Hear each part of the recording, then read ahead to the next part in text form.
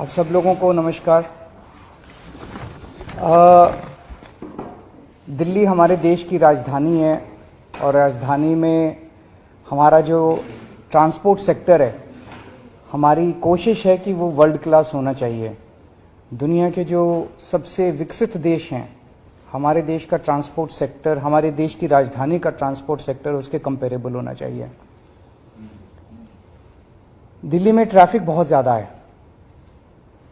उसका एक बड़ा कारण है कि दिल्ली की सड़कों के ऊपर कार और स्कूटर बहुत हैं, प्राइवेट व्हीकल्स बहुत ज़्यादा हैं। अगर हमें कार और स्कूटर पे ट्रैवल करने वाले लोगों को पब्लिक ट्रांसपोर्ट पे लेके जाना है, तो हमें पब्लिक ट्रांसपोर्ट को कंफर्टेबल, सेफ और टाइम के अकॉर्डिंग चले, ये हमें इंश्योर सुनिश्चित करना होगा। सबसे बड़ा रेवोल्यूशन दिल्ली के ट्रांसपोर्ट सेक्टर में तब आया था जब दिल्ली में मेट्रो शुरू हुई थी। बहुत सारे ऐसे लोग जो मिडिल क्लास के लोग हैं, इवन अपर मिडिल क्लास के भी लोग हैं, उन लोगों ने अपनी अपनी गाड़ियां छोड़ के और मेट्रो से जाना शुरू किया। इससे दिल्ली की सड़कों पे काफ़ी व्हीकल्स की कमी आई थी। लेकिन धीरे धीरे over a period of time, अब मेट्रो को भी 22-23 साल हो गए, 25 साल हो गए, धीरे धीरे दिल्ली की सड़कों पे फिर से ट्रैफिक बहुत ज़्यादा बढ़ गया है। मेट्रो खचाखच भर गई हैं, जिसकी वजह से एक रिपल्सिव इफेक्ट है कि जिन लोगों ने मेट्रो में जाना शुरू किया था, मेट्रो में जगह नहीं मिलती, बैठने की जगह नहीं मिलती, खचाखच भरी रहती है, वो आराम नहीं है। सो वापस लोग अपनी गाड़ियों पे आ गए, वापस लोग अपने स्कूटर पे आ गए। दिल्ली में बसें हैं, दिल्ली की डीटीसी की बसें हैं, क्लस्टर बसें हैं। वो बसेस लोअर मिडिल क्लास तक इस्तेमाल करते हैं लोग। बसेस एसी बसेस भी हैं, लेकिन बसेस में सीट की कोई गारंटी नहीं है। वो वाला कंफर्ट नहीं है जो एक अपर मिडिल क्लास या मिडिल क्लास एक्सपेक्ट करता है। उसको देने के लिए एक स्कीम के ऊपर हम पिछले 4-5 साल से काम कर रहे हैं। प्रीमियम बसेस हम लाने की कोशिश कर रहे थे दिल्ली में। ये अपनी तरह का पहला एक्सपेरिमेंट है पूरे देश के अंदर। इस तरह की प्रीमियम बसेस पूरे देश में कहीं एक स्कीम के तहत कहीं नहीं चलाई गई हैं। इसको एक स्कीम बनाई है हमने, Delhi motor vehicles licensing of aggregate premium buses scheme, aggregator. तो प्रीमियम बसेस के एग्रीगेटर स्कीम हम लेके आ रहे हैं। ये प्रीमियम बसेस जो हैं ये कंफर्टेबल होंगी, 2x2 की बसेस होंगी, एयर कंडीशनड होंगी। इनके अंदर बसों में वाईफाई होगा, जीपीएस होगा, सीसीटीवी होगा, पैनिक बटन होगा और सीट की बुकिंग जो है वो ऐप बेस्ड या वेब बेस्ड होगी। कोई भी खड़ी सवारी अलाउ नहीं की जाएगी, आपको शर्तिया तौर पे सीट मिलेगी।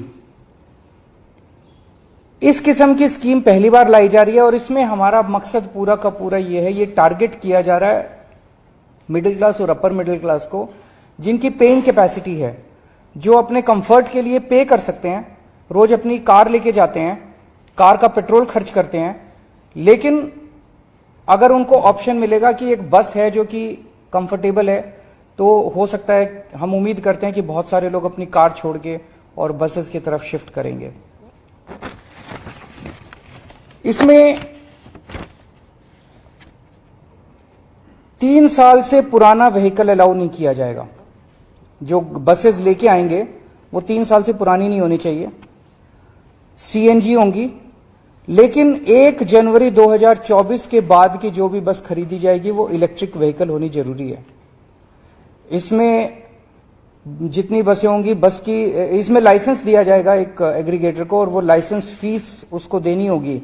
लेकिन जो इलेक्ट्रिक बसेस लेके आएगा उसकी कोई लाइसेंस फीस नहीं होगी। This is just to encourage that more and more people should come with electric buses. कोई भी बस जो है उसमें कम से कम 12 सीटें होनी चाहिए, 2x2 की कम से कम 12 हों, उससे ज्यादा कितनी भी हो सकती हैं। एक एग्रीगेटर कम से कम 50 बसेस लाइसेंस मिलने के बाद, लाइसेंस अप्लाई करेगा, लाइसेंस मिलेगा, लाइसेंस मिलने के 90 दिन के अंदर उसको कम से कम 50 बसेस ऑपरेट और मेंटेन करनी होंगी। सबसे खास बात इस स्कीम की यह है कि रूट्स हम नहीं देंगे, रूट्स एग्रीगेटर हर बस के खुद डिसाइड करेगा ऑन द बेसिस ऑफ जहां ज्यादा ट्रैफिक है वहां पे ज्यादा बस चलेंगी, तो ऑब्वियसली जहां वहां ज्यादा बस चलेंगी तो वो ट्रैफिक ईज होने में मदद मिलेगी। तो वो रूट्स खुद डिसाइड करेगा, खुद सेलेक्ट करेगा, हमें इन्फॉर्म कर देगा, दिल्ली सरकार को केवल इन्फॉर्म करेगा। फेयर भी वो खुद डिसाइड करेगा, मार्केट डिसाइड करेगी फेयर। हमारी एक ही शर्त है कि डीटीसी का जो फेयर है उससे ज्यादा होना चाहिए। ऐसा ना हो कि डीटीसी से कम फेयर, इसके अंदर डीटीसी से ज्यादा फेयर होना चाहिए। बाकी उसका जो भी है, जो मार्केट फेयर देने के लिए तैयार है वो फेयर चार्ज कर सकता है। जैसे मैंने कहा, केवल मोबाइल से या वेब बेस्ड बुकिंग होगी, ऐप बेस्ड या वेब बेस्ड बुकिंग होगी, सीट्स आपको शर्तियां मिलेगी और सारी पेमेंट्स डिजिटली करनी होंगी। ये सारी बसेस, इनका एक लोगो और एक यूनिफॉर्म कलर कोड वगैरह हम कर रहे हैं, और बस के अंदर एग्रीगेटर जो है वो अपना एडवर्टाइज कर सकता है और उस एडवर्टाइजमेंट से बस के अंदर वो रेवेन्यू कलेक्ट कर सकता है। इस स्कीम को आज हम एलजी साहब के पास भेज रहे हैं। जैसा आप लोग जानते हैं, दिल्ली की जो एडमिनिस्ट्रेटिव व्यवस्था है, एलजी साहब को ये तय करना है कि वो इस स्कीम को राष्ट्रपति को रेफर करेंगे या दिल्ली सरकार को आगे बढ़ने की इजाजत देंगे। दिल्ली सरकार ने अपनी स्कीम फाइनल कर दी है, अब ये राष्ट्रपति इनके पास जाएगी, एलजी साहब के पास। एलजी साहब या तो इसको राष्ट्रपति को, अगर असहमत है तो राष्ट्रपति को रेफर करेंगे, पर मुझे उम्मीद है कि पब्लिक वेलफेयर की स्कीम है वो क्यों करेंगे। दूसरा, एलजी साहब से आने के बाद इस स्कीम को हम पब्लिक फीडबैक के लिए हम इसको 1 महीने के लिए वेबसाइट पे डालेंगे, ताकि जनता जो भी फीडबैक देना चाहे जनता फीडबैक दे, और जनता के फीडबैक के आधार पे अगर कुछ माइनर चेंजेस इसके अंदर करने हुए तो चेंजेस करके इसको जल्द से जल्द लागू किया जाएगा। मैं समझता हूं कि ये दिल्ली ने पूरे देश के ट्रांसपोर्ट सेक्टर के लिए एक मील का पत्थर साबित होगा। अगर कोई क्वेश्चंस आपके हैं तो। ये उससे अलग है। मोहल्ला बसेस तो हम ही चला रहे हैं, सरकार चला रही है, ये सारा का सारा प्राइवेट है। हमने तो एक स्कीम बना दी, अब स्कीम में जो भी आएगा वो चलाएगा इसको। महिलाओं के लिए अलग से नहीं है, तो मतलब मार्केट ड्रिवन है। मार्केट ड्रिवन है। एक खबर आज आपने ट्वीट भी करी कि जो बेल मिली है तो लोगों को लेकर स्कैम में, उसको लेकर आप किस तरीके से उसको देखते हैं, और खासकर क्योंकि बीजेपी अभी भी निशाना साध रही है आप लोगों का कि लेकर स्कैम है। देखिए, हम शुरू से कह रहे थे कि दिल्ली के अंदर कोई भी किसी तरह का कोई शराब घोटाला नहीं हुआ। आम आदमी पार्टी एक कट्टर ईमानदार पार्टी है। पूरे देश को आम आदमी पार्टी पे और उसके नेतृत्व की ईमानदारी के ऊपर कट्टर भरोसा है। उसको, छवि को खराब करने के लिए ये पूरा का पूरा षड्यंत्र रचा गया, जिसका नाम इन्होंने दिया दिल्ली शराब घोटाला। इसमें क्या आरोप लगाया इन्होंने आरोप लगाया कि कोई साउथ लॉबी है, उस साउथ लॉबी ने आम आदमी पार्टी के लोगों को 100 करोड़ रुपए की रिश्वत दी। ये एक आरोप बीजेपी वालों ने लगाया। सीबीआई और ईडी ने भी कोर्ट में कहा है और उन्होंने माना है कि 100 करोड़ में से 70 करोड़ का उनके पास कोई सबूत नहीं है। वो खुद कह रहे हैं कि 70 करोड़ का उनके पास कोई सबूत नहीं है।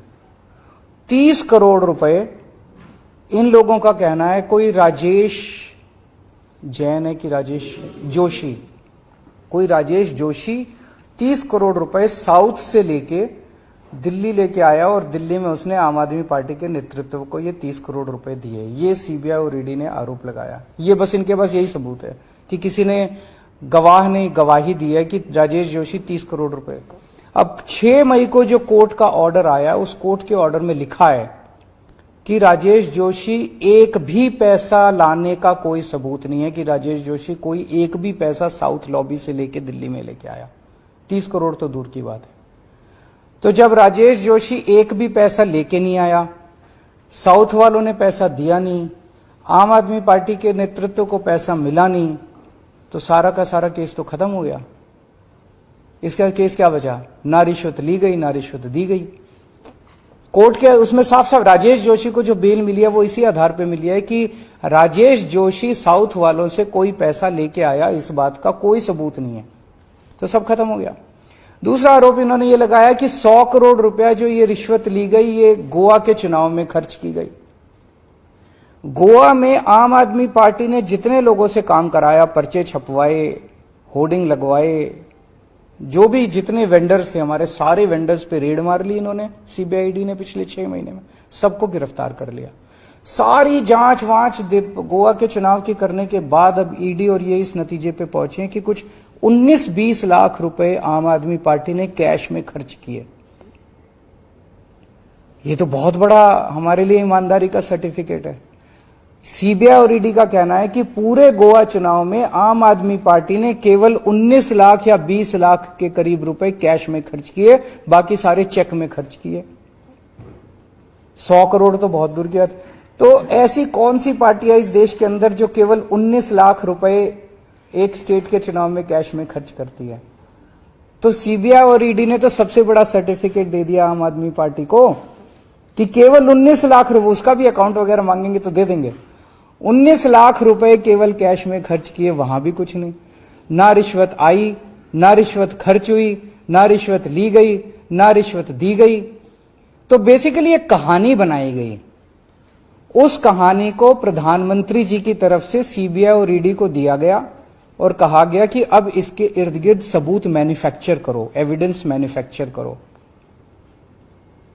ईडी ने जाके कोर्ट में कहा कि मनीष सिसोदिया ने 14 फोन तोड़ दिए। बाद में जांच करने पे पता चला कि 14 के 14 फोन तो हैं, उनमें से 5 फोन तो इन्हीं लोगों के पास हैं। तो झूठ बोला ईडी ने। ईडी पे मुकदमा चलना चाहिए झूठ बोलने का। झूठ बोल के मनीष सिसोदिया की बेल नहीं होने दी। ईडी ने चार्जशीट फाइल की जिसमें कहते हैं संजय सिंह का नाम डाल दिया चार्जशीट के अंदर। जब संजय सिंह ने धमकी दी मैं तुम्हारे ऊपर मुकदमा करूंगा, तो कहते गलती हो गई जी, गलती से नाम आ गया संजय सिंह का, गलती से अनुराग ठाकुर का नाम नहीं आया, गलती से संबित पात्रा का नाम नहीं आया, संजय सिंह का नाम कैसे आ गया? तो गलती से थोड़ी आया। प्रधानमंत्री कार्यालय ने बोला कि संजय सिंह का नाम डालो, उन्होंने संजय सिंह का नाम डाल दिया। उनको ये भरोसा नहीं था कि संजय सिंह ईडी को भी धमका देगा। ईडी पूरे देश में नोटिस जारी करती है, जिसको नोटिस मिलता है उसकी पैंट गिली हो जाती है। संजय सिंह ईडी को नोटिस जारी करते हैं और जब ईडी को नोटिस जारी करते हैं तो ईडी की पैंट गिली हो जाती है। तो ईडी ने कोर्ट में जाके कहा कि संजय सिंह के खिलाफ हमारे पास कोई सबूत नहीं है, संजय सिंह का नाम गलती से आ गया। फिर 5 कम से कम ऐसे गवाह हैं जिन्होंने कोर्ट में कहा कि हमसे मारपीट की गई, हमसे प्रताड़ना की गई, मानसिक तौर पे प्रताड़ित करके हमको झूठे बयान दिलाए गए। वो अपने बयान से पलट गए। एक आदमी का तो इसको तो इतना मारा कि उसका कान का पर्दा फट गया। ये जांच हो रही है, ये चल क्या रहा है? अब ये कोर्ट के आदेश के बाद तो साफ हो गया, ना किसी ने रिश्वत ली, ना किसी ने रिश्वत दी, ना कोई पैसा आया, ना कोई पैसा खर्च हुआ। तो कौन सा शराब घोटाला? पूरा का पूरा राजनीतिक षड्यंत्र है, केवल अरविंद केजरीवाल और आम आदमी पार्टी को बदनाम करने के लिए। सर, अभी बीजेपी भी इस पे प्रेस कॉन्फ्रेंस कर रही है। 2 चीजें वो कह रहे हैं कि ये जजमेंट किसी पर्टिकुलर अभियुक्त के लिए था, पूरा जजमेंट नहीं है। इसके पीछे पूरा जो ब्रेन है मनीष सिसोदिया के, कोर्ट भी कह चुका है, कोर्ट में जो दलीलें रखी गई थी। दूसरा वो ये कह रहे हैं सर सिसोदिया की केजरीवाल पार्टी ले कर लें, उनका तो मकसद ही है। वो तो अभी कल मैं सत्यपाल मलिक जी का इंटरव्यू सुन रहा था, वो कह रहे थे कि अगले चुनाव के पहले ये केजरीवाल को भी गिरफ्तार करेंगे। कर लें, केजरीवाल बहुत छोटी चीज है, पूरा देश देख रहा है। आज जब प्रधानमंत्री मोदी जी की ईमानदारी के ऊपर बहुत बड़े बड़े प्रश्न खड़े होने लग गए हैं, इतने घोटाले अडानी का ये वो, इतने घोटाले के आरोप उन पे लगने लग गए हैं, तो उनको केजरीवाल आंखों नहीं सुहारा। उनको पूरे देश के अंदर अगर कोई ईमानदारी की बात करता है तो अरविंद केजरीवाल और आम आदमी पार्टी की बात होती है। वो हमारे ऊपर कीचड़ उछाल रहे हैं, रोज कीचड़ उछाल रहे हैं। तो गिरफ्तार करना चाहते हैं, करें। वो धमकी क्यों दे रहे हैं? भारतीय जनता पार्टी कह रही है कि अगला नंबर केजरीवाल का है। इससे तो ये साफ हो जाता है कि ईडी को और सीबीआई को यही चला रहे हैं। वो कैसे कह सकते हैं कि अगला नंबर केजरीवाल का है? सीबीआई ने उनको बताया कि उन्होंने सीबीआई को बताया। सीबीआई को बीजेपी चला रही है, जैसा मैं कह रहा था। ये तो साफ जाहिर है, बीजेपी बता रही है उनको कि अगला नंबर केजरीवाल का है, पकड़ लो अब इसको। और सीबीआई पकड़ लेती है, फिर सबूत इकट्ठे करती है कि केजरीवाल को फंसाने के लिए सबूत कहां से। मणिपुर में अभी 4 बच्चे हमारे दिल्ली के फंसे हुए हैं और उनसे मैंने अभी थोड़ी देर पहले बात की और उनको लाने का हम इंतजाम कर रहे हैं। फ्लाइट टिकट्स का अरेंज कर रहे हैं, वो उनको पहुंचा देंगे। आज शायद कोई फ्लाइट अवेलेबल नहीं है, कल फ्लाइट अवेलेबल है, तो कल उन बच्चों को ले आएंगे। बच्चे सेफ हैं, अभी अपने हॉस्टल में ही हैं और मैं अभी थोड़ी देर में मणिपुर के सीएम साहब से भी बात करूंगा इस बारे में।